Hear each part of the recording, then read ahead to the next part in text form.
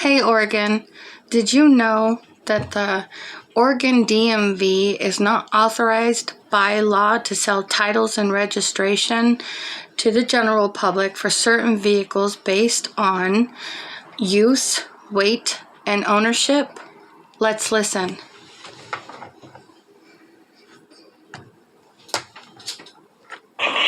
Oh, good. Okay.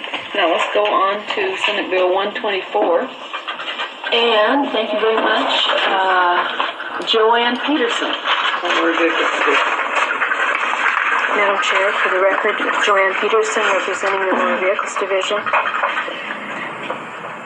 Senate Bill 124 addresses sections of the Motor Vehicle Code which deal with which vehicles are exempt or subject to the registration and title requirements.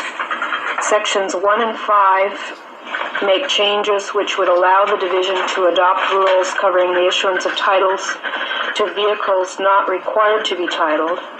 Sections 6 and 7 apply the same provisions to the issuance of registration. Historically, the division has titled vehicles at the request of the owner, whether or not the vehicle was required to be registered or whether the owners chose to register the vehicle. The authority to issue these documents does not exist in current law.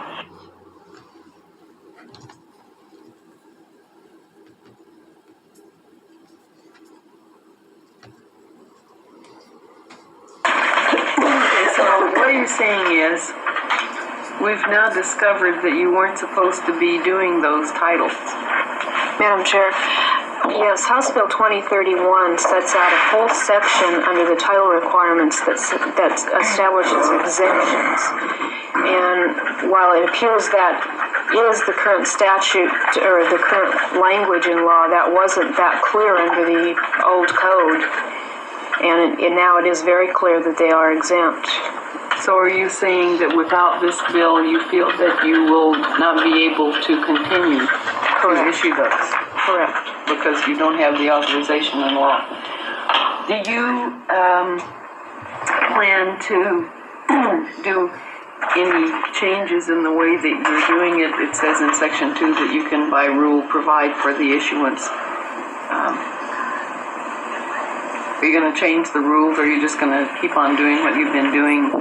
Madam Chair. Illegally, as she laughs. Here's why they need this. If this authority were not continued, there would be some loss of revenue. Some loss of revenue? Let's get into it.